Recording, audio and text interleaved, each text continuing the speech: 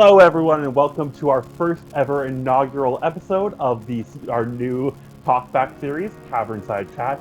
I am your host, Will. We have the very lovely, wonderful, full bloodlines of the Shadows of Eloria cast here with us today. My name is Tash, because unfortunately she is not here right now.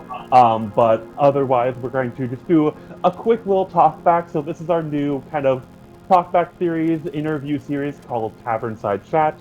I am your Tavernkeeper, Will, and each one of these episodes we're going to be focusing on a different part of the TTRPG space and exploring hot button issues in the series alongside people who have been in the TTRPG space for a very short time or a very long time. So we are here with the cast of Shadows of Eloria today to talk about the series and jump into a little bit of, fun banter, talk about characters, and just possible things that could have been in the series as well. So how are we all doing today, y'all? Fantastic. Awake. Fantastic. Pretty damn good.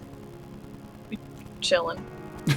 Hey, so I have an entire notes app of questions to ask for us today. So I do want to start it off with a little bit of the DMing side of things. This is a question for you, Jake. Jake, with this being a 4-episode series versus an ongoing campaign like the Abhaile, how is the planning different for this one than what you do for your regular games? Shit, man. Just for an example, the finale just aired a couple days ago, and it was amazing. Go watch it. Seriously. Go watch the finale. Because I'm about to spoil it. Right now. Because I'm about to spoil it. Yeah. Spoilers. Oh yeah. We are doing Alert. full. These are full spoilers for Shadows of Eloria going forward. Like, the series has aired, so if you haven't seen it, go watch it. It's some of the best D&D I've ever played in my entire life. And it Then is. come back. And there's a good possibility there might be back spoilers for our main campaign with the Heck Raisers as well. So just, And guys, if you agree or disagree with anything, write it below. Let us know. We'll try to get back to you. Heck yeah. Mm-hmm. But yeah, no, so, getting back to your question, Will, dude, I'm an over planner like crazy. With the finale specifically, I wrote about, let me look, actually, I've got it pulled up right here, 28,000 words of narration. Oh my god! For the end of the thing. Now, admittedly, Tash wasn't feeling the greatest, so that was why some parts of it felt just a tiny little bit rushed. But it wasn't like, oh, I've got to throw all this crap out. It was just like I sit here and I write situationally. So I'm like, okay, if this happens, I've got a narration laid out, and if this happens, I've got a narration laid out, and if this happens, I've got a narration laid out. And thankfully with Shadows, it was small enough that I was able to pretty much, because with a normal campaign, you know how it is, you plan for something and they do something else for 3 years. Thankfully, I was, with it being compact like it was easy enough to make it pretty confident on my end that one of the options that I had selected for the that I'd pre-planned out for the finale, one of those was kind of going to happen, and I could make little tweaks to it here and there based on where you guys were all at, both emotionally and physically. There's about 30 different places we could have went depending on what was. So one of the things that to chuck it in there is if we'd had more time to play it out, we may have had to actually disable the weather protecting wards, but. And so that Nimbus could do her thing, or somebody else could do something. That was just a potential a thing that we had there. But it ended up working out beautifully the way that it went. But yeah, it's just a lot of planning and a lot of writing, a lot of words that never got said. On the A subject lot of of these, like, production. on the subject of these, like, Batman level contingencies that you have in place, like, what are some, like, the possible, like, outcomes that we never got, or what are some of the things that you planned for that we never saw, like the kind of what-if scenarios? I got you. Okay. So there was a big possibility that early on there was a really big possibility that Orpheus Nightbane had been doing this type of thing for a long time, because there's been I don't want to speak too much for her, but Nimbus and I had talked about her flowers quite a bit, and it's kind of a thing that she's been doing for a long time, where she'll slip a couple flowers into a centerpiece that they send out for somebody, so they'll get sick and they'll come to her for healing, and she can like get a little bit of that, like, oh, gods suck, huh? But here you are begging a god's servant for help. It was kind of her own little way of digging at the city. And because she had a one of these days she's gonna have her own episode on here, because she's got quite a bit to talk about there. But that was a big thing. Then there was possibilities where you guys would leave Eloria and go elsewhere, and not have been even present when it happened. Like it just like couple things, especially on the Madigan side of things. There was breadcrumbs that I'd placed around that there were spies, especially on some of the like outlying settlements that Eloria has, where they've been like tinkering with the conduit that was built out there, and that was kind of we just never got into it. It didn't ever like quite feel appropriate to like, and plus you guys were very keen on staying together a lot, which there's nothing wrong with that. You should never split the party, but so it was one of those things where it's like, okay, I'm not going to get them to go out there, and if I do, it's like one person, and I really feel bad about jumping one person with a bunch of shit. So at least until the end. That was I'd say he'd still do it. He would just wait. Like exploding me. Yeah, I if it makes you feel any better, I exploded a lot of people. You did explode an entire city. Yeah, almost 100,000 people. Almost 900,000 people, I'm sorry. Quite a few people did manage to get away, though. Hooray! Yeah. Is there any choices that we as players made that did actually surprise you, that like you didn't plan for? Yeah, I'm not gonna lie, this is part of bad, lazy GM stuff.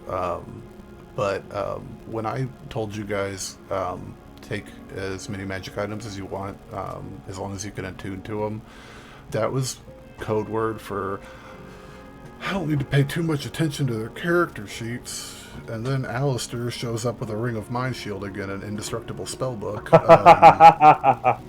That was interesting. I was fully planning, originally I was fully planning for this being a completely isolated and cut off story with absolutely no, the only continuation of the story was going to be the legacy of the people that survived, the legacy of the people that got away. But then I was like, man, Nimbus starts putting in all this hard work, and I'm like, man, there's a outside chance if she can figure it out that she could solve a lot of these problems. Then there was Alistair's his spellbook and his ring, and I'm like, man, that's a problem. That's a fucking problem. But then I'm like, okay, it's at the bottom of a giant, like 50-mile wide chasm in the land, underwater, under rubble. Someone's gonna have to work their ass off to get to that. Maybe it'll be a heck raiser. Who knows? If they even find out it's down there. Does someone already have that ring by chance? Because someone already has a ring of mind shielding, don't they? Yeah, but I think either Vargo or Shala in our main campaign has a ring of mind shielding. I think Margot does. Yeah. It's completely irrelevant. It's not irrelevant. It's just not the same ring. Not the same one. No, there's. I'll just say this because Rich is in my main campaign, and I don't want to spoil too much of the future. Hey, I'm here for the metagaming. Hell, I know you are.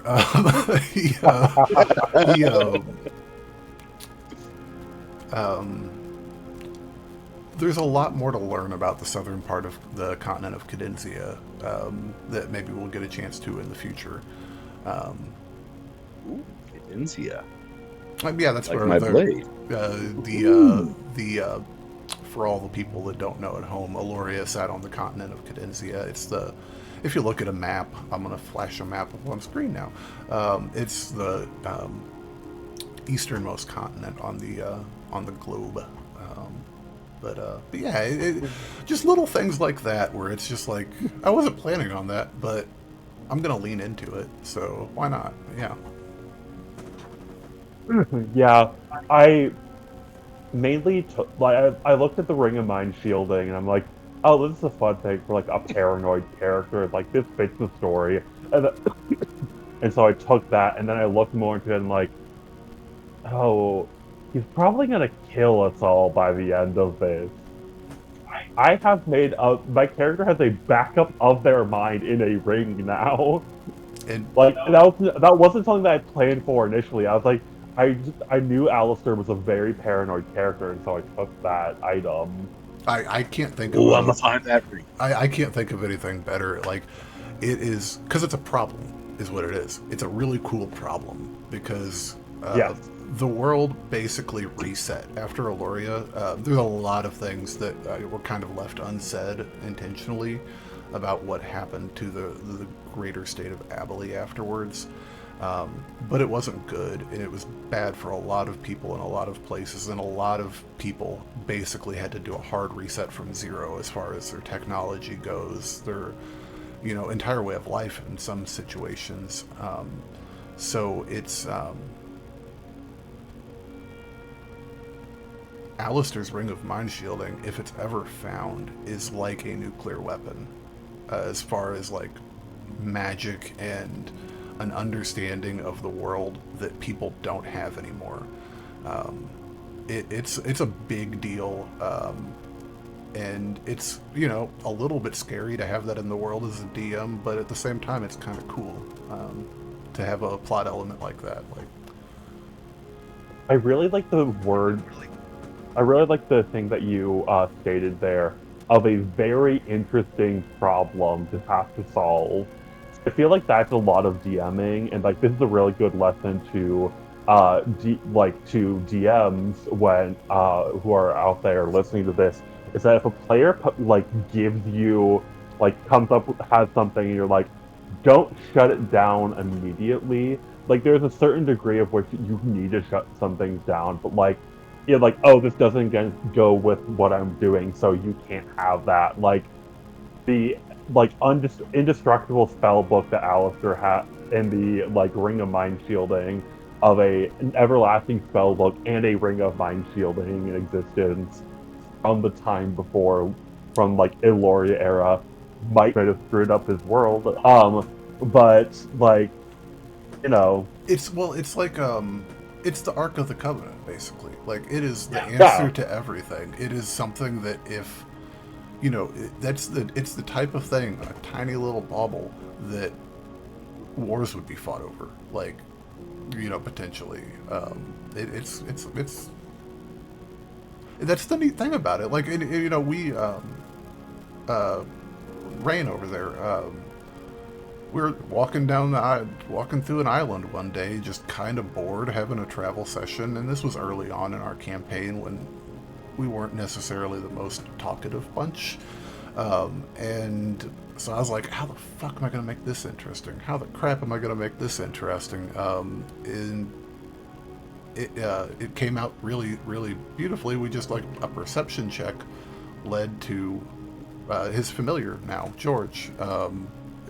Georgie boy. We just created George. him on the spot. We're like, what do we see? And I'm like, oh, there's something on a branch over there. And well, what is it? Oh, it looks dangerous. It's like a sloth with a turtle shell. What does it look like? What It's color like- is it? And we just workshopped it right there on the spot. And that's, Because when I think danger, I think like the world's two most slowest, least threatening animals. hey, I can't ever Hey, stop don't you bringing talk it up. about George that way. His eyes are forward. I'm not dissing George. His eyes are forward facing. George, I will tell you right now, has fixed his biggest problem by being my familiar. Not only is he immortal, but he is also much, much faster. And he died immediately. Terrifying. Immediately. That's because you Oh my surprised his god. freaking fireball. That's a true story. Spoiler. Yeah. The next question that I have is actually for the players of the game. So my next question is kind of going around the table. What was the character creation process like for this game? What are some of the inspirations that you took with your characters when building them? And what are some of the roads not taken or other character concepts that you wanted to use? You guys need like a time to remember. I can start if you guys want. I mean, Okay, yeah, go for it. Or I'll get mine out of the and way. I've got and come to me at the end of that. But yeah, Yeah. I've told Jake this before. All of my characters, every character I've made, including Corbin, is I have an idea of a character that I personally find amusing. So I just thought it would be funny to have a character that had a brain in a jar. So I was like, how do I make this work? And the more I thought about it, I was like, oh yeah, I want his eye stalks to be just moving around. So it's the visual that I start off with, and then I'm like, how do I make this character work? Because I need this guy to do something. And that's literally it. No more thought goes into it. After that, it's like, okay, well, what's his personality like? And so, I go through what is the voice that I hear coming out of this character, and so for me, it was very much this very businessy, almost con man. Price is right. I mean, like, that's it had to be that voice. And so that was it. I was like, okay, well now I have the visual. I have this kind of personality that I want. I'm just gonna make that work. That's it. Does it? Am I optimizing everything in my character? No. Am I highly amused by my character? Yes. Therefore, it is a good character. That's the end. I do not min-max anything. I pick things that I'm like, this fits what this person would pick. Some people will build characters, and I think in the back of their mind, especially if they play video games, there's very much a min-maxing sort of thing. Mm-hmm. What is the most powerful thing I get? Stuff like that. Okay. But for me, it's always been, does this fit what the character would get? It doesn't necessarily have to be useful. It doesn't necessarily have to be the most powerful spell, useful spell, nothing like that. But is this a thing that character would use? And for Corbin, that's everything that I picked went around that. So that's as far as I went with the characters and fitting it into this particular story. oh yeah. What subclass was Corbin of Artificer? I no longer remember. Okay. Well, he's dead, so it doesn't really matter. He had the Yeah, lightning he's gauntlets. dead. Icebox. You had the lightning gauntlets, right? So I think he was a. That's Did the his arm. That's like infiltrator? His armor. that's yeah, the that's armor the- one. Yeah. Okay. Armor, You know what? right? That's a really good Yeah. one. Yeah. Yeah, Um, it seemed like everybody picks the big Hulkbuster dude. I was like, no, my dude's slim. He's got to wear a suit. Yeah. Yeah. What's the slimmest body you can give me? And that was it. Boy. That's why I chose it. That's the slimmest body I could get. What caused you to choose to do the like evil billionaire like kind of mastermind Justin Hammer type beat for your character? Like, what was the inspiration for that? I don't really know. If I had to pick something, it's probably because my daughter and I love Has Been Hotel, and she loves this character Vox. And I think he's Oh, that's hysterical. I think he's incredibly funny, but also the character of Justin Hammer I find very funny. And so for Funny, me, I Vox just and watched Justin Iron Man. Hammer kind of revolve in that same circle of I think I'm a lot smarter than I am. I think I'm much more charming than I am. And so I really wanted to lean more into that of like, yeah, I'm just going to be this business mogul, and I'm Jeff Bezos. I give no shits about my workers or whatever. Just get it done. I will do whatever I can to get money and power and fame, and that's it. Speaking on Has Been, and I'm pretty sure it is Corbin who says it. Somebody references a rubber duck, and I in the background am saying, "Is it magic, tastical, and backflipping?" I don't know if anybody. Who mentioned the duck? reference. But I remember you saying that. It was in What episode episode was? Okay. It shoots honestly, fire. One I funny, have no idea what you guys are talking about. What is Has Been? I think one funny thing We'll that talk like later, Rich. Yeah, we'll talk. I think I'm one the funny old, thing I'm that, the like, old man throughout the- of the group. I'm a year younger than you, bro. Yeah, but you got kids. I don't have kids. It's true. I have a teenager. I think that's like I think one Yeah. thing that's like really funny to like This is throughout my the series too is the constantly changing background of constantly changing background simply because during the middle of the filming for this series I moved like and Both did. yeah we both For the moved audience who and doesn't so know, Will and I are partners. yeah so we are together and we both went through a move during, and that's why my background changed and hers as well so many times. It's because we were still trying to figure out what the like optimal space was.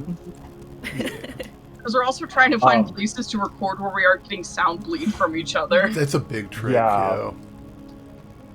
Because I'm in one room and she is in the bedroom right now, and like I'm There are at the two dining rooms room in our table. house if you don't call the bathroom. You can We are record in the not bathroom. recording in there. No. But Acoustics. but like so back on to the actual subject at Yes, hand. gaseous cloud. Yeah. This is off topic. One of my favorite jokes in D&D is the spellcasting component for Gust of Wind in D&D is a single bean. A single bean, D-E-A-N. D-E-A-N. E-A-N. They do have some very clever. Read. I think Detect Thoughts is 1 copper piece because a penny for your Ready thoughts. for your thoughts. Right? Animate Dead funny. is Animate Dead is 2 copper pieces placed on their eyes. Oh, the eyes. Oh, For the fairy. Oh, I'm delighted I- right now. I think Find Water is a dowsing rod too, because like the idea of dowsing and like Yeah. poking stuff. Spell components are really fun. They're my I think favorite. Fireball is like bat guano is exactly what it says because it's notoriously flammable. Yeah. I literally am just now learning about these with a DM who is being very strict on them because I've never played anything other than a pact, so like a pact warlock. So this is my first foray into spell casting. Now you guys know why I don't want to DM because I don't know this stuff as well. Then don't include components. Or if you do, just let them go nuts with it. Like, because Yeah. components, Okay. the traditional way Component to pouch do for it, you. Component pouch Yeah. for you. they're generally not for. You don't need to worry about them unless they have money attached to them. But sometimes it's just Yeah. fun. Yeah. Like it's fun to be like, I'm gonna go pick some grass and see what I get. I think that when it came to Alistair, I was so a very interesting path because when it came to the character creation for this game, we were given a very extensive like lore document with a number of roles that we each could have chosen, and which was a very, very cool thing to like. Okay, cool. Like, what is a character that would fit into this role? And so my first one, the character that I almost played was, if you guys know the band Ghost, I almost played a character that was very similar to one of the that's Papa right. Emeritus. That was like, I almost played a spirits bard that was like basically like a Harry Styles like Phantom of the Opera figure. It sounded dope. It was cool. with Bring with him like back. the spirits that he would have summoned being ghosts in his band that he was able to like collect and everything. And that was I almost brought that character to the table, and then I got to the point where I was picking spells and I forgot how much I hated the bard spell list, and then I stopped building that character and went back to the drawing board, and I was between either the knight character or the like divination wizard, and then I came up with an idea for both of them, and then I realized my idea was too close to Xerxes from Calamity, and I didn't want to like invite comparisons to that series in the characters. So I ended up going with with the character of Alistair, who actually was a character that I played in a 3-shot before, DM'd by RJ, of like that was like a Percy Jackson style kids adventure camp. And then I basically was like, I took the name character and I kind of messed with it around a little bit into the idea of like, okay, what is because I follow the Brennan Lee Mulligan school of character building of like, what is a character that will best fit the story that is being told in this moment? And like, okay, this is the height of like wizardry. That's like the magical like Renaissance, basically, or like the magical golden age. And like, what is someone that would fit? Okay, corrupt wizard. And I was like, and so I decided to be like, okay, I'm going. So I I took a lot of inspiration. So I was thinking very like 1920s-y. Like, what's a character that would fit? I'm like, okay, Jay Gatsby, like so he was one of the inspirations I had in my head alongside the character of Meyer Wolfsheim from Gatsby as well, the like corrupt, like gangster individual of like someone who's like in a lot of illegal dealing and everything. And because we were also given like sheets of like all the information we knew, and I wrote extensively on my sheet of like how Alistair thought about every single party member. And there was a moment where I really thought Alistair was going to have some kind of heel turn in the finale, and like some kind of like villainous like turning on the party moment. And then I started playing him, and I'm like, I don't think this would be like he's a bad person, but he's objectively like, you know, he still loves his friends and everything. But that was something that I had prepared, and like I even thought of like contingencies or like who Alistair would want to take out first, because Alistair was, out of everyone, the most scared of Faust. Like, he was the, like, I need to get rid of him as soon as possible because he could interrupt my mission. So I think the person he hated most in the team was Faust and Val. And Val then especially. Corbin and Nim. I fucking knew it. But, like, he hated, like, he was afraid of Faust. He hated Val. And, like, Corbin, we got into some illegal dealings, and Nimbus, he was the only person. And he knew the secret was just to crack the jar on top of her head. Yeah, and Nimbus was the only one he actually trusted in the group anymore. Like, this is the way I thought of it. Is like, Alistair is the friend who is still around out of convenience, and the fact that like you've been friends for so long that you haven't gotten rid of him yet. Yeah, things are a little like, you know, weird thing about shit. Go on, I've lost my train of thought. I do have Like- something. I'll find it again. Train derailed at the station. It was so much fun, like, getting to play an evil character for once, because I actually usually only play, like, good guys or DMing, and so getting to actually get to, like, cut loose and, like, really... Because I come from a theater background, and I love the art of role-playing in D&D when it comes to playing a character, and so, like, really thinking what Alistair would do in any given moment. And I think the thing that really sold this as a tragedy is Alistair's last second heel turn before he died. Oh, Of it like, was okay, I need to perfect. actually, like, he's the only person he trusted in the world was killed. He's like, okay, I have nothing left. Let's fix what matters. Explosion. Yeah, that was a goosebump moment. Really interesting thing, back on the thing of shit that I didn't have planned out at all, was I'd originally planned for Alistair's scrying spell to take us from Nimbus's introduction vignette into yours. I did not plan on it going further until in the moment, and I'm just like, this is so freaking appropriate. Like, this is what he's doing on a day that's slow at work. Like, he's just trying to see what's going on around town. It's like when you have like people's locations on your, like, I have my family's location on my phone, and sometimes I'm like, where are they right now? And I'll just open it up to check on where, like, and they're always at home, but like. That's if the they're one not? thing me and my buddies do whenever we go to a concert is we turn on find our friends for 24 hours. That Yep. way we get split up at the concert. You Nobody know where gets- that person. Yeah. Yeah. Fair Well, enough. usually a buddy of mine is in the drunk tank, but other than that, Work. But yeah, that was what really came from when it comes to Alistair.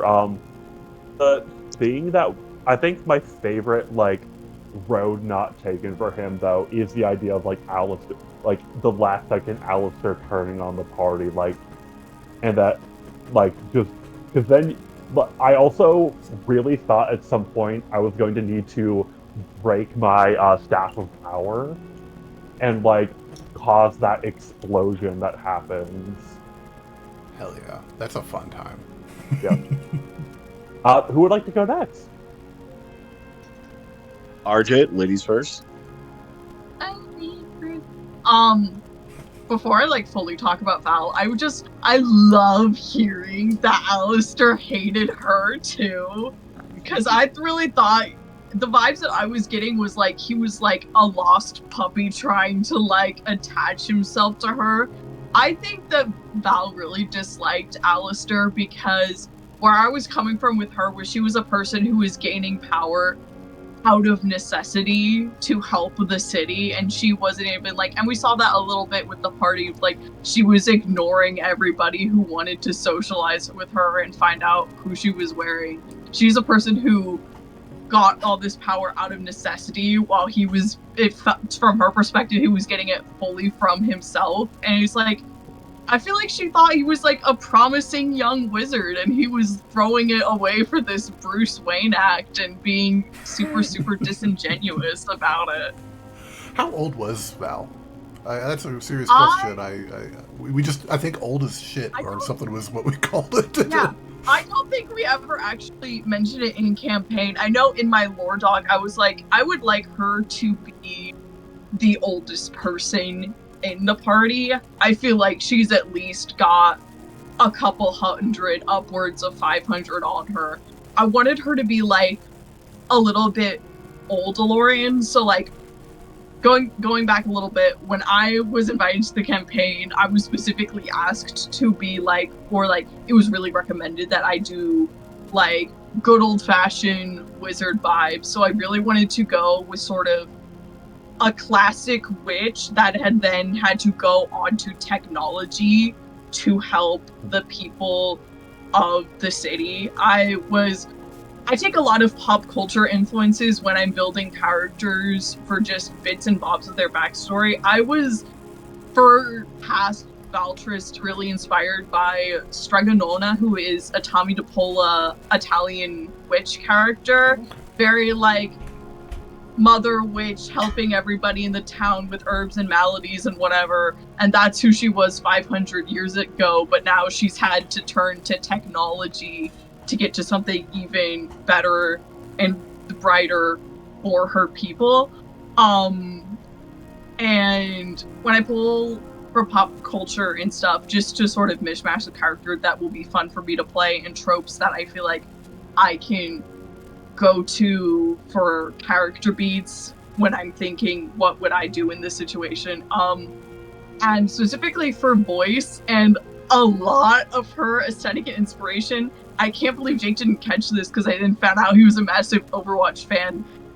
Every time I was playing her, I was just thinking of Moira O'Dorian. Okay, I didn't see it. Holy cow. That's why her last name is Coalescence. I was trying to think of cool magic words. That's Moira's ultimate. Yeah. Okay. Well, yeah. I just thought that was a clever coincidence. That's awesome. It was intentional. I love Valtress to bits. She was an air genasi because I wanted her to be like made out of cauldron foam, basically, and then she got to evaporate. Oh, that's so good, dude. Which was one of my favorite scenes to play with her. It was After I think everyone's death. Sorry, you go. I think for me it went like, hey, thumbs up emoji, period, Alistair.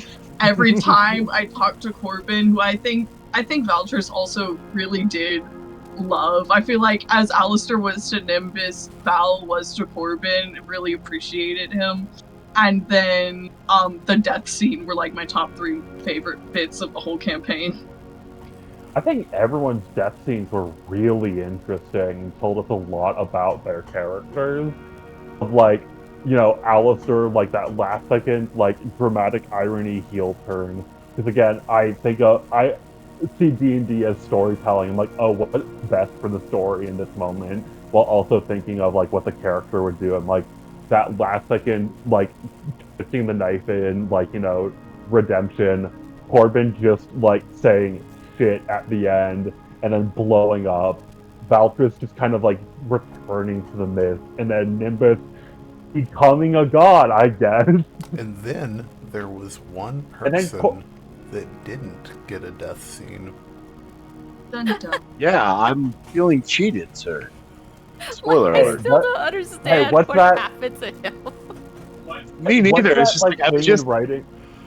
She becomes a What's that- god, and Faust. I think Faust is still up in the storm. He's just sitting there going, "Hello, someone That thing get me in down, writing of, like, please." if you don't, what's that thing in writing? Like, if you don't see a body, they're not Exactly. dead. That's what I said. Yes, Faust is just, you know, doomed to walk the wastelands forever as an immortal ghoul. Wasteland's nothing. He's surfing these skies, baby. There I is get a little a, of every death scene trope then, because you get tragedy with Alistair, this like big godhood moment with Nimbus, like ironic comedy with Corbin, and then I did like life flashing before your eyes right before you. and then Yeah. I just want to know where he is, where he's been. Like I Well, they- picture. Yeah, You are- yeah, I know, Jake went okay. south. you are currently playing in the world of Abhaile, and there is a possibility down the road that, you know, you might find out. You So are Jake had you're mentioned my how like all these mountains come up and stuff like that. I'm like, oh yeah, his body's in that mountain. It It's- just came We're up gonna- over his body, and that's it. You're in the. We're gonna like Protecting him get like to the a, Avatar iceberg. we're gonna get to Your him like avatar iceberg. we're gonna Captain get to like Faust. we're gonna get to like a lake in what's left of Eloria called Faust Crater, and it's the crater where Faust Hey. plummeted to his death. well, No, he didn't die. and He's too It's smart. like to you didn't die. see a body. Like, do you know who R. Lee You know the Emery Chicago is? rat hole? It's gonna be the like Eloria Faust hole. Like, okay, I'll ask you again. Do you know who R. Lee Emery is? I do not He's the know. drill I'm sergeant young. from Full Metal Jacket. The only thing Oh, I yeah. see around here, you know, that guy. That's who I pictured Faust to be. An old grizzled soldier who's put in charge of a bunch of other people. The reason I chose Faust, or the reason why I chose a Hexblade swashbuckler multi-class, is because hi Larry, let's go over here while I'm talking. Thank you, buddy. So at first, I don't know if anyone here ever watches YouTube D&D stuff, but there's one called D4, which is D&D Deep Dive. And this guy, Cody, or I think that's his name, Colby, he'll break down. All right, Larry, do not make me get out the freaking water gun. He'll break down a class like at level 1, level 2, level 3. Here's what I would pick. Here's some cool things you can do. And it's really got me into the Hexblade. Here comes all right. So he got me really interested in the Hexblade. And so I just went, hey, Jake, I'm a tiefling Hexblade. That's magical enough, right? And Jake goes, perfect. Here's your backstory. And he said, you are the head of the spell blades. And I think we ended up like homebrewing down to Ghost Order or something. I don't remember. But we had our group, and I started off as just a straight Hexblade. Hated it because it's just 2 spell slots, and I wasn't deep enough in to understand the intricacies. So I went for a Hexblade sorcerer, and sure, that's really cool. There was the sorcerer side. There was a sample combat we did. That's right. Where, like during the I forgot about that. Holy session shit! 0 with the 2 vampires. Fun backstory thing that we're talking about. The reason this series, because this series was originally intended to come out like May, May or June. The reason why it got so postponed is because I went to Europe and then got pneumonia, and then we couldn't film for like 2 weeks. So it took us yeah, because I couldn't talk for longer than a couple minutes at a time without getting so winded. And so it was originally I think having more of that time in the oven though to think about on our characters actually really helped the series, because we were able to get much deeper into character, into who these people are. So after that game 0, I decided I hate the sorcerer side.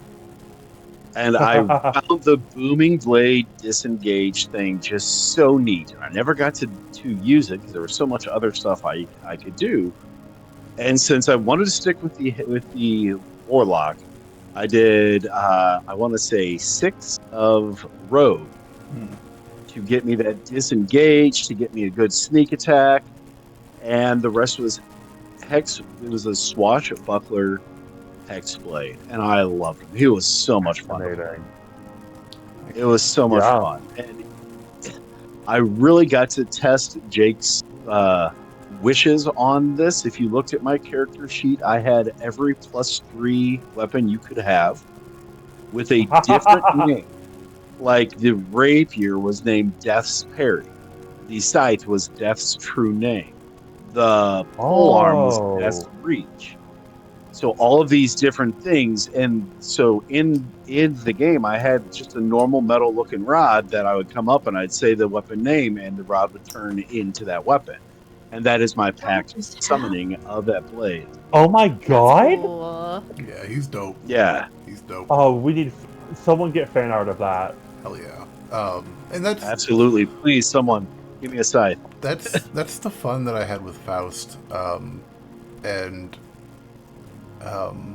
Why we might not have seen his end in detail, and the biggest reason for that is you are in you're in Legends of Abhaile, right? And so a lot of what this was through lines, trying to connect through lines and show people what the history of the current world is, or what a little part of it looked like, and anywhere I could put those through lines I did, and it lets me have a through line for the future of the campaign, so you may get to see what happened to Faust. Because when you say what happened to Faust, I picture him realizing that he failed at his job. His home is destroyed, wiped off the face of the earth. I picture him, since he's a tiefling, he's got this everything else. He went into isolation. But after that, after he dealt with his trauma and everything else, he went back to his swashbuckling ways. I want to picture him as like the tiefling pirate lord. Oh, that's cool. Out there attacking only ships of what was the country, Jake? That Madigan? yes, Madigan? attacking only their ships, Mm. trying to get revenge for everything that they're doing, and he becomes this the ghost captain or something along those lines. It just I can just picture him doing that like that. I can picture him totally. Avenged spirit. Yeah, he's definitely got a future. Is all I will say at this moment. Jake, well, this is a question for Jake, but based off something, anyone can respond. Based on something you said earlier, Eloria views are not a metric of how good something is. However, in Eloria has seen a massive growth in viewership from the channel, sitting like I believe collectively it is somewhere in 2,000 views if you look at the channel. If you look at it's done tremendous. Gangbusters. Yeah, it's been amazing. What do you attribute to the success of the series, in your opinion? And this can also be for everyone else of it's cameras. It's yeah. It is. Excuse me, my husband said it was me. Okay, so... which are you are on Your husband camera. also didn't want to sleep on the couch. You are on That's camera. what my mom said. That's what I meant. My cat said it was me, actually. My cat said that I was the reason that this was so good. It was all of you guys. That's a liar. It was every one of you guys fitting together perfectly. It was amazing. But it was the cameras. It was the cameras, and then it was the fact that this was a new thing starting. It was a new thing that didn't require context. They didn't have to go back and watch all. I think we were at 27 episodes of the main campaign at the time. They could just fall into it, and one of the tricks to. I have nothing but tremendous respect for the podcasts that are audio only, that do actual play content. I have nothing but respect for them because they're on it. They got that stuff figured out. Your repeat watchers, your viewers, they come back they don't come back for the D&D. They don't care about the dice rolls. They come back because they fall in love with at the table. They fall in love with the players. They fall in love with the players and the characters, and that's how you get repeat viewers. And I think a lot of people fell in love with you guys, and that is amazing. It doesn't hurt that we're all also about 9s or higher. Oh, absolutely. So I mean, we're pretty damn good looking. We're smoking. People came in. They came here for Will, for me, for Jake.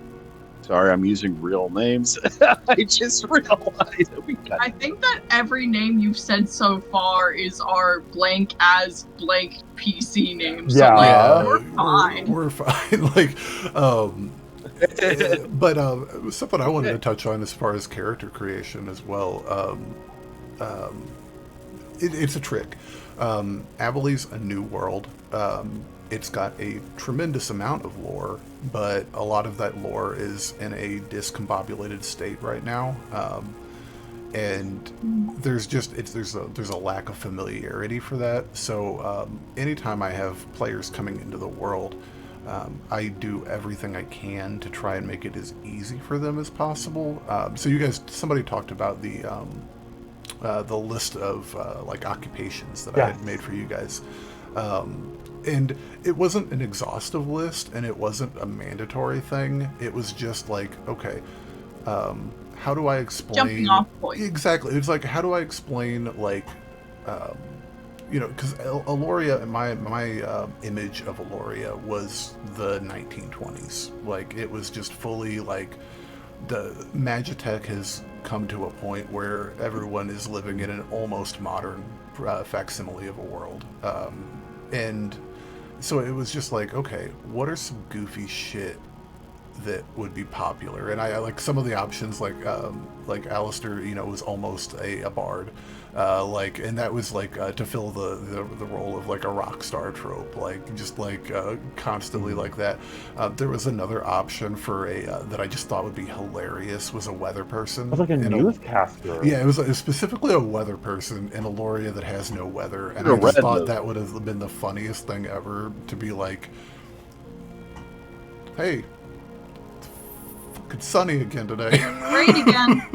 For the beautiful. Because we live in Barbie land. 35 millionth day in a row, sunny and 75. Can you guess what it's going to be tomorrow? I think sunny. 75. No joke, that is one of the coolest things a DM has ever done when I've joined a campaign, is give me a list of options of roles to choose from, to be like, okay, how would originally choosing the rock star, then circling back and being like, okay, I want to do like the divination, divination wizard scryer person. That was one of the coolest things. I'm like, okay, what's someone that would fit this trope? Because, I mean, my brain works by tropes and everything. I think that they're a very useful guide for storytelling and everything. Minus like the Joss Whedon, like, oh, he's behind me, isn't he, type trope. But he's in front of me. I think that was like one of the coolest things when it came to character creation. Yeah, and I think it really helped the final product. And that was, and each one of you guys had individual lore documents that had, they had a breakdown of like from where you live to, just kind of a general idea. Like, this was all pre-session 0, and it was things like that, or it was like, okay, these are the people that you work with. This is kind of like what their vibe is, and all of that. Like, we really honestly didn't touch on very much of it, but it was all very important to like giving you guys a way to like, because you're coming in at level 14. Level 14 is hard because you haven't been there for the 14 levels to figure out who your character is, so you kind of just had to fall into it. That's a lot to ask of players. So I did everything I could to try and help you guys as much as possible while still letting it be 100% your own thing. I think I did with Val. I think with you, RJ, I was like, specifically, I was like, hey, I need a badass wizard.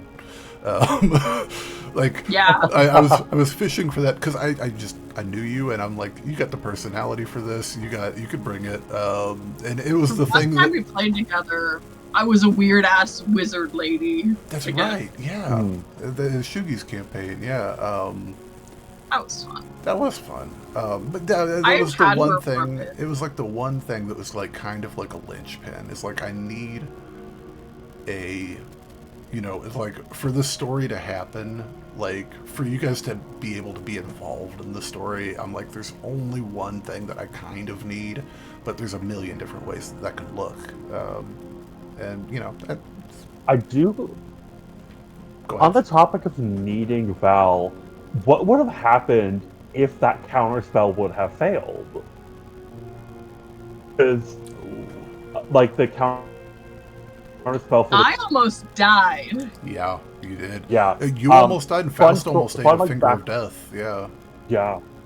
Yes. Like, that, What did I almost so eat fun a story for finger the of death? audience.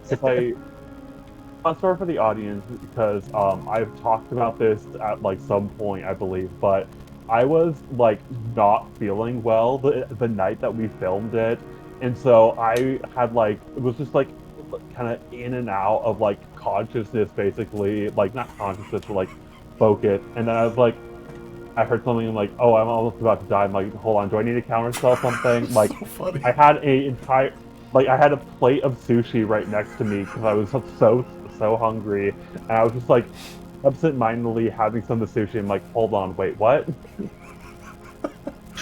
I've never felt more chaotic evil than DMing this group, because you were not feeling hot.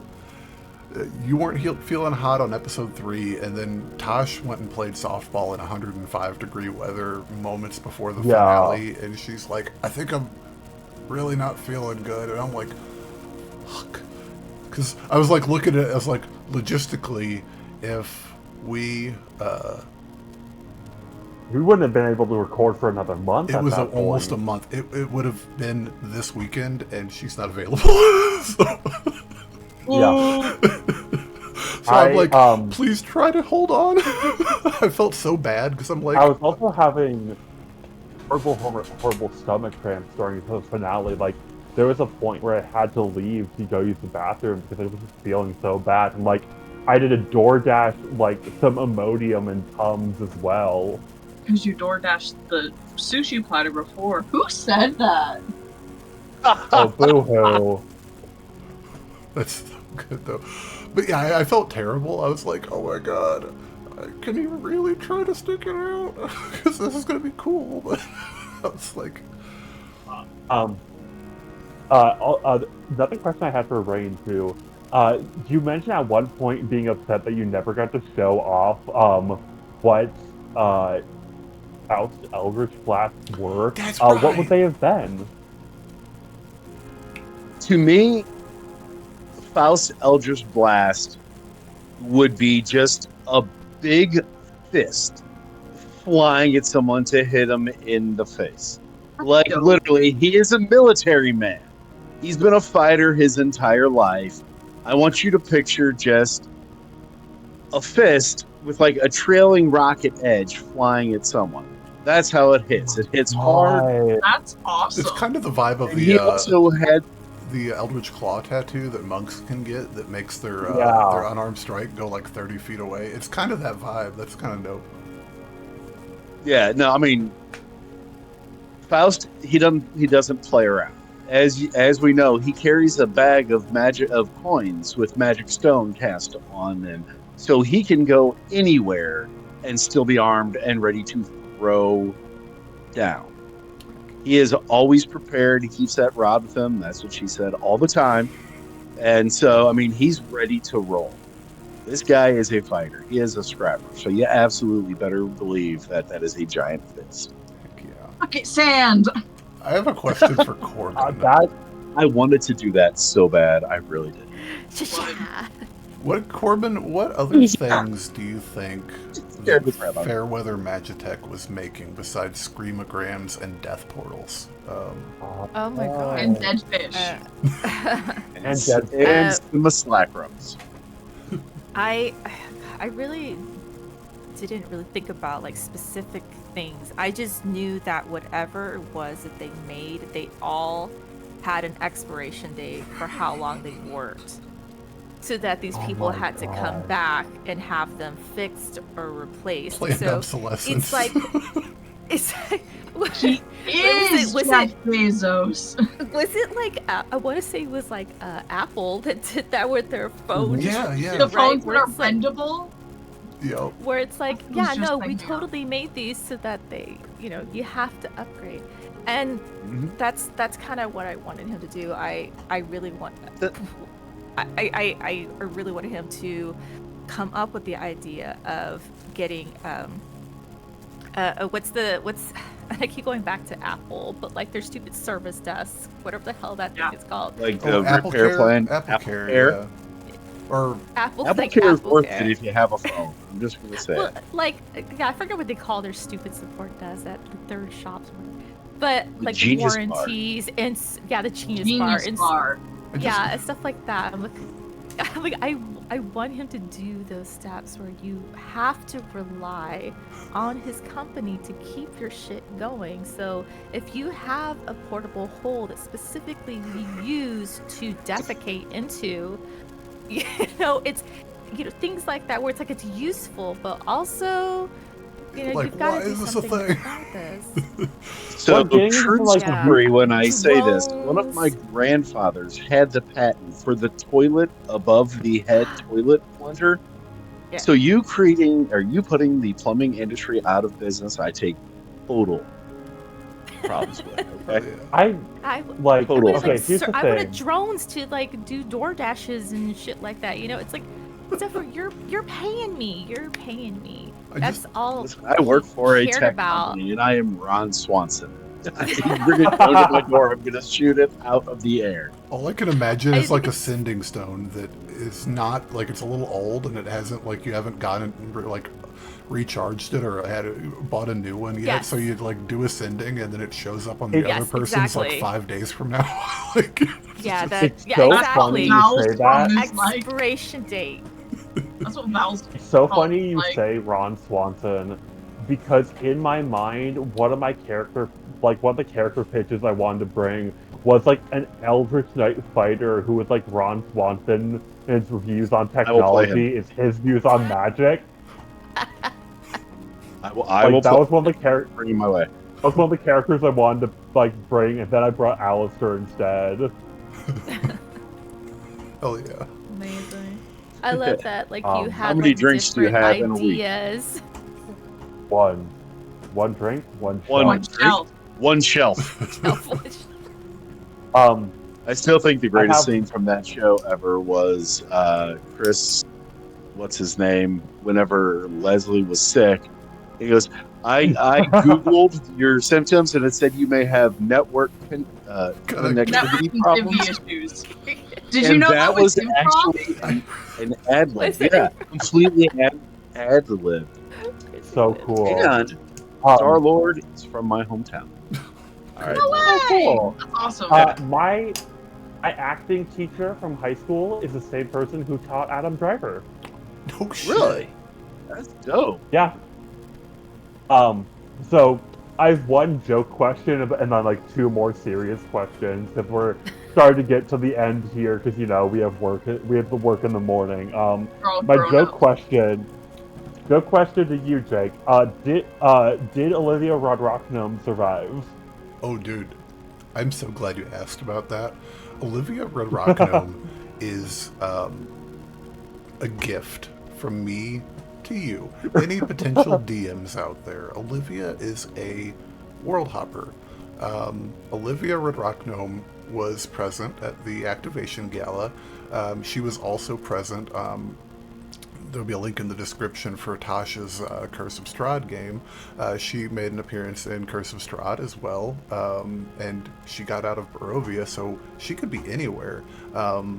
Put her in your game anytime you need a bard for a tavern, and let me know what she's up to, and we're keeping a little ledger of Olivia's shenanigans across the multiverse. We should get a hat tag God, going we're on. doing a paper Stanley. Yeah, exactly. It's a flat Stanley. It's a Yeah. But then there's like I love it. My inspiration for her, without even realizing it, is Hoyd from Brandon Sanderson, where he's just in everything. Anytime there's something going on, they're around. What are they up Like to? Samuel L. Jackson. Nobody knows what they're up to, but they're there. And it Every might not time even be her name. Every time Olivia Rodrocknum performs, she should have an opening act that's a different artist with a D&D name. Yeah. Because it Speaking doesn't like have to it's be her Olivia name. Rodriguez. Yeah. It was just a goofy. I was like, I need a bard to be up on that stage. Jimmy Boulay. Jimmy Boulay. What's up, Jimmy Buffett? Really? Reese Riles. It's so good. One of my last two questions I have for y'all. What was your favorite moment of the series? Like, I know that there's like the joke, like the sappy answer of like, oh, getting to do the series with y'all and having the best D&D of my life. But like, favorite moment of the series. I kind of already gave mine. Your turns. It was the Counterspell. okay thumbs up Next text. clutch counterspell. That I was give a top Yeah. 3. that was good. I'd also Clutch counterspell. Knowing that you were distracted Oh. and like about to pee yourself, and you were still able to counterspell and save my life. It was meant to be. Thank your digestive tract. Twice that session. Right. I was out of my brain, and I was like, I'm somewhere else. I'm like, oh wait, do I need to counterspell one thing? Hell yeah. Yes, you did. I think that I have two answers to this. I think the Ascension to Godhood scene, like in the finale, like in the ending, is one of the most impactful moments of narration in my entire D&D series. Like in the 8 years I've been playing this game, one of the most impactful moments watching it happen on screen. And the moment in which I activated third eye and for seeing into the ethereal plane, That was so and cool, too. you describing the network of, and then me casting legend lore and getting the reveal it was him who, it was Orpheus who's doing it. Those were my 3 favorite moments.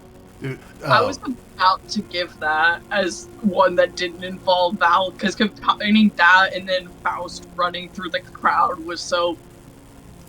yeah. Faust was really cool. One of them that stood out for me, and we kind of touched on it as well, was the moment that he decided to be a good person was the moment that he died. God, that was good. I just got goosebumps again thinking about it. That almost made me cry. I can just picture in the sequel him coming out, still somehow survive, scraping dust off him, going, "Oh, I'm never going to be good again," and just walking away, just to sow chaos wherever he goes. Comes back mid-thought. Because there's a world. I think there's a world where I would allow, as a DM, I would allow Alistair to be resurrected from that ring. Or not resurrected, but reincarnated, I think. Put into a new body, because it would have to be. But, there's a world where that's possible. Him a Warforged body. Oh, God. I think, oh my God, that'd be so fun.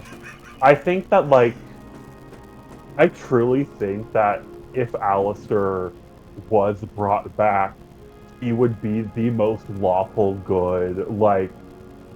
I almost think, oh God. Oh, what if Faust has the ring? What if Faust has the ring guarding him the entire time, and he's been using Will's character to keep him on the right track as a guidance? Have you guys heard of the What if I cried? Poem, have you guys heard of the poem Rhyme of the Ancient Mariner?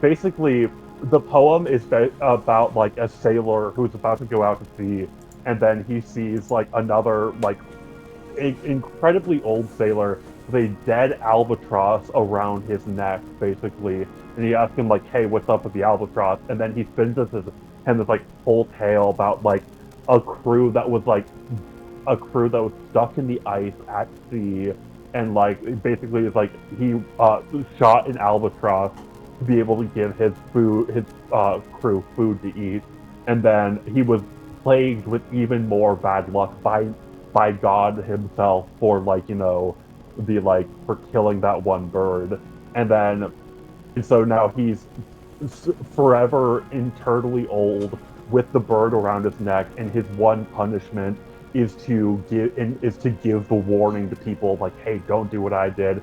It's what inspired the framing device of the book Frankenstein, of Victor Frankenstein telling the story to Robert Walton. I think that's honestly what Alistair would be in the future. I think he'd be this eternal spirit who's "Hey, hubris will be the death of you. Don't do what we did. Be better." Yeah. Too bad Onstria is kind of doing what y'all did already. Not to mention it, but Victor Frankenstein was a big Val inspiration too. No kidding. That's awesome. Modern Prometheus, I've gone too far to go back now, kind of hubris shit. That was just everything in Eloria. We didn't get to talk about her or go see her, and that's a little bit of a regret in my mind. We never got to see Genevieve Rosanna, who is the High Archmage of the city, Faust's patron. Okay. She was one of the few human Archmages of Eloria. Fascinating. And she had achieved a level of power that was tantamount to an archfey as a human. That's why she got the job, because she had the ambition. She was not afraid to crush heads. She was dope and died off screen. Yeah. Pour one out I for our think, homies. Finicky, what was your like your favorite moment from the series? But you mentioned one of them, which was when Alistair did, use that third eye and saw like what the plants and shit were doing. I was like, fuck, that was such a good call. I'm so glad you did that. I was like, yes, MVP. Because Fully we didn't pulled know out what of the my fuck was ass, going too. on at that point, That was dope. Jake, same thing. I completely forgot I had that ability, and I'm like, I was scrolling through my character sheet. I'm like, hey Jake, did Siri seeing into the ethereal plane do anything? And you're like, oh yeah, it does. Always. It's one I'm of so my... glad you brought that up. There's Yes, and There's these goofy spells that are just a vehicle for fun for a DM. Speak with animals, speak with plants, ethereal sight, true seeing. All of these things are just an excuse to be weird for a little bit and just have fun. And I love everything And that's about how this. George was born. It is. It's how a lot of things happen, and it's just organic creation on screen, and it's super fun. You're just like, okay, well, shit. Yeah, that's a thing. Let me think about it for 10 seconds. Yeah. Okay, yeah, there's a direction we can go with this. Hell yeah. I also liked, and I hate to say it's my character, but it's of the first scene with Corbin and Val, because I thought that exchange about the fish and stuff like that really kind of... it was the tone setter. Yes, it immediately set that tone of what these two characters are like, what their relationship is like, and how Immediately sold me that you all were personality-wise they are coworkers. so different. Yes. You know what I it think it's reminded because me of? You guys were talking about, talking about Alistair, something like that. Oh, his friends, da da da da. And I'm like, Corbin does not consider any of these people to be friends. They are very convenient acquaintances that he has. His death, and the whole reason he was just like, fuck, when he died, was because what an inconvenience that is for him. And that's all he saw. It's like, what an inconvenience that this would happen. Not that I led this grand life and I'm so sad. No, just like, God dang it. Like, my car broke down. That's the amount of inconvenience that caused him. And the thing about Corbin, too, that we never got to talk about was that kind of technically was the second time he died. Like, he was a mortal at some point and had a body, and he got old, and he just was too stubborn, and he kept going. He's like, And I feel like that really fits search for more money. It's like, I feel like that also really she's fits stubborn like the to theme die. of hubris too. I feel like that really fits the theme of hubris in that. I feel like that really fits the theme of hubris in that scenario too. Of mortality. This very big thing for a lot of cultures. That's too much of an inconvenience for me. Like, this body is too, it can't do what I need it to do. I'm gonna put my brain in a jar, basically give up humanity as a whole, just be my brain and just do that. There's a very fun thematic element to that. That's all he felt he needed. Everything. We're talking about that opening scene. Do you know what? It really reminded me. I don't know if you guys have seen the movie Cabin in the Woods. Oh, yeah. That first opening scene. Basically, the premise is it's this massive governmental organization that deals with basically stopping apocalypses on a daily basis. And is this a different Cabin in the Woods? The one with Hunter? What's his name?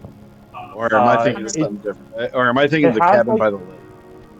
It has a young Chris Evans. What's his real name? Yeah, it's like the horror movie Deconstruction that has Chris Hemsworth in it and Oh no, this is a completely different movie. The scene begins with just to watch it. What's it called? I don't want to spoil it. Cabin in the Woods. Woods. So fucking funny. It's good. Cabin like in the Cabin Woods. in the Woods. Cabin in the Woods. Yes. Cabin in the Woods. This is the There's cabin a scene movie at the I'm beginning thinking though where It had Ritter Strong. like there's a scene at the beginning though Very where like Bradley Whitford and, clubby. and another character are like driving and they have like this intensely like horrific like really scary job and they're just shooting the breeze with each other like it's just a completely normal day and like oh you are dealing with like world-changing power and you're making a jokes about fish in the reactor like Yeah. this is how in a way disconnected you are from it. Mm-hmm. It's like the Yeah. It was like the Star Wars Family Guy when the Death Star blasts off and the two guys are just sitting there on the side of the blast tunnel and they're just like, you know, I just keep telling them all I want is a rail, one railing right here. I've almost fell off this thing like so many times. Like, And the movie I'm thinking of is Cabin Fever. Cabin Fever, okay. For anyone who's seen it, it was so terrible. It was Ryder Strong's first foray into the real movie scene. And the only good thing about it was there was a little offshoot called The Rotten Fruit. It was like a little... completely off topic. I'm sorry. Go ahead.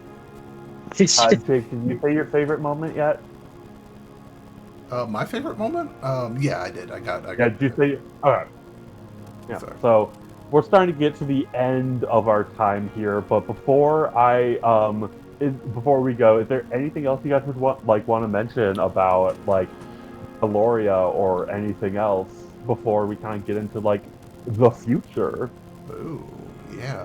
Right I now, will say, honestly, Faust only trusted... Cat's not here. I can't remember what her character's name was. Nimbus? Nimbus, thank you.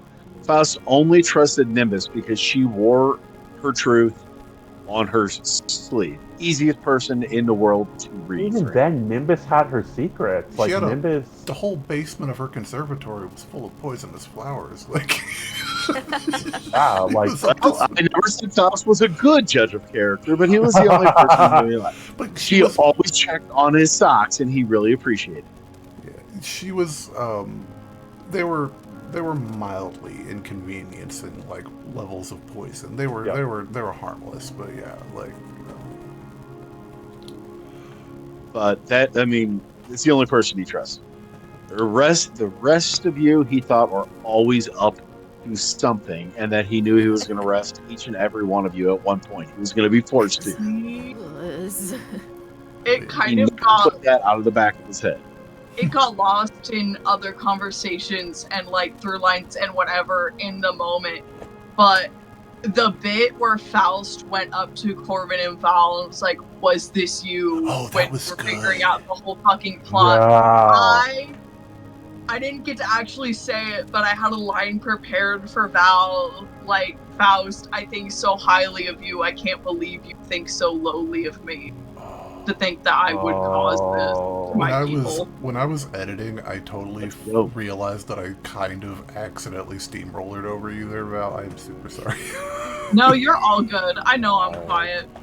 No, Also, it- right now, I'm thinking of the fact that Val probably knew Corbin before he was a brain, and it made her sad. And now it's making me sad. Aw. Well, It's 'cause the weird, party... 'cause, like, you were talking We about were like Faust. adventurers at one point too. Like, Yeah, I think the implication was that you guys had been together for a we're minute, longtime friends. and not necessarily like in the classic trope of an adventuring party or anything like that. But I feel like there's times when you've been in the company Helpful of to each We other. did shit together. interesting through line. I think when I think a perfect example is when Alistair found Grace Blackwell, who'd been missing for Yes. like almost 1,000 years at the time.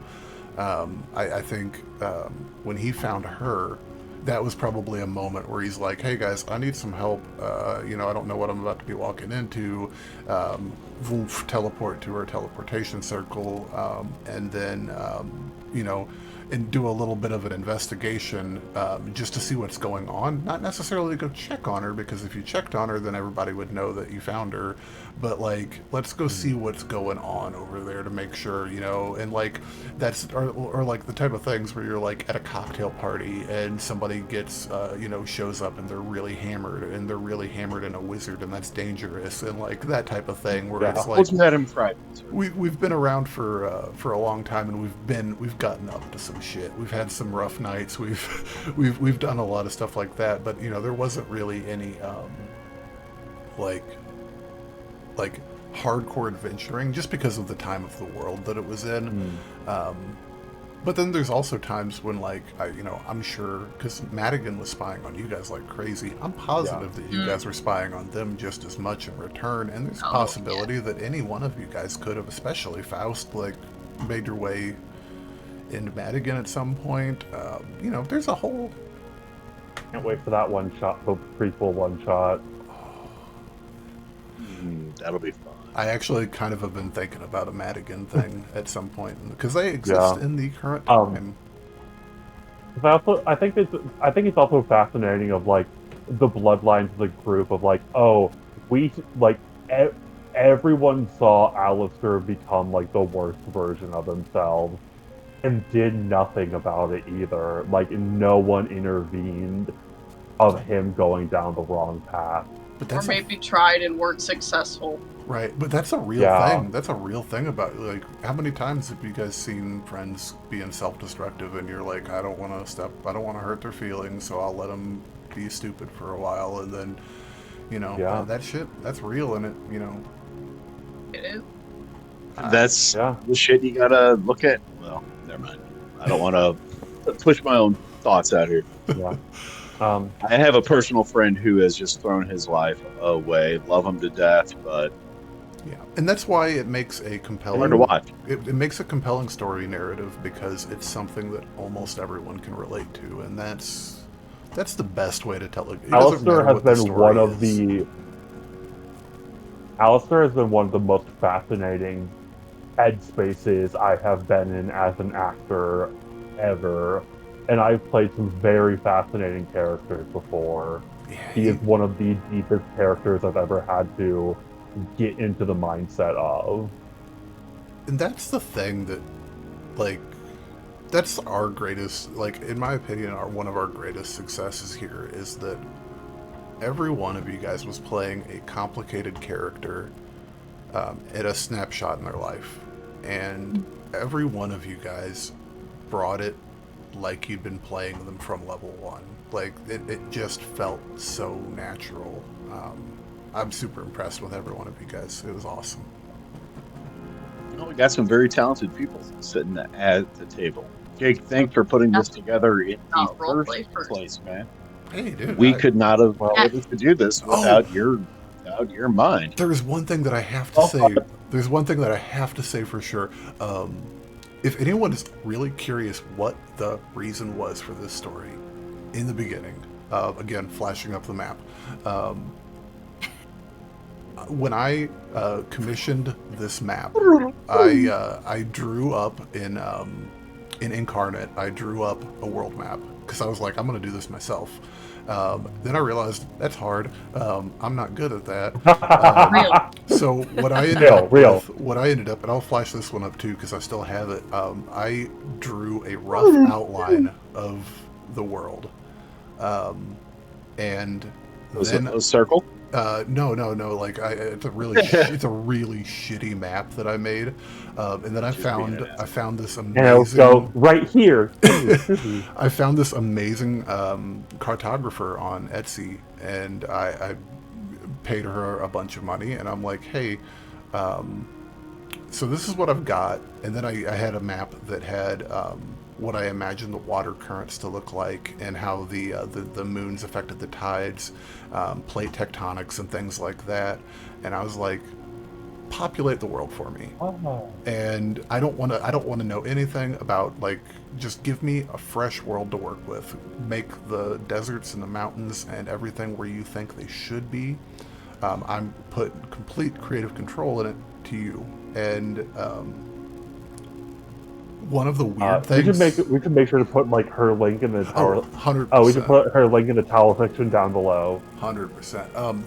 The one I was like, and throw me in something weird, and she chopped up Cadenzia into little pieces at one section of it, and I'm just sitting here, and I'm just, for the longest time, I was like going back and forth in my head of what the fuck do I do with that? It is the weirdest little piece of land, and I can't explain it. And they're large channels. It's like if you took South America, at like Argentina, all the way across, and just chopped it in half with a 50-mile wide channel, and there's 3 of them, and I was like, how do I explain this? How do I explain this? I've got ideas for what's going on in there now, but like, how do I explain this? And like, I went back and forth for a long time. I'm like, it's so weird.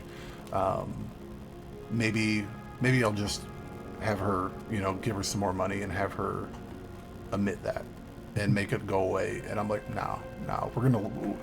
This is what world building is. It's reacting. Like, it's reacting to what I'm given. And man, I'm so glad we did it. Like, and it got to do amazing things with again through lines. Aww. Like old Barney Smythe. He makes it and shows up in our main campaign. One of Alistair's coworkers, the one that the oracle that ended up tipping off a lot of the survivors, was very similar to the name of Eloria. Razan, her daughter is now the High Arcanist of the Austrian Novenarchy. Nimbus's counterpart in the Aeronaut Conservatory, her and her 2 sisters founded the Moanli Islands. Corvin, I don't know that. Corvin in our main campaign stayed in one of their houses for a while. Was that Anna's house? Sure was.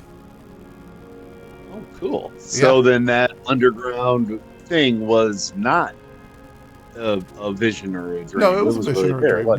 No, it was some dream. But no, she was just it was through lines. It was ways for me to have fun and explain where some of these long-lived people came from, and in a clever way. Like, that's the whole idea of it is like, we're, instead of writing the history and talking about it, let's show people the history as it's happening. That's Jake, amazing. What do you think about that spell book Corvin just found? Instead of it being Grace Blackwell's, how about it being Alistair's? Nah, it's Grace Blackwell's. Because you can't explain to me how... Can you explain to me how, in a deadland continent, it came to the surface of an ocean and made its way to an island? Well, it's an indestructible. It's indestructible, for sure. It's indestructible spell book. One of the sisters who founded the island, since they knew of Alistair, part of their search was to find it, and that's where it ended. That's where it ended up. Now, so after the explosion. The thing with the Moanlis is when Eloria fell, they abandoned magic.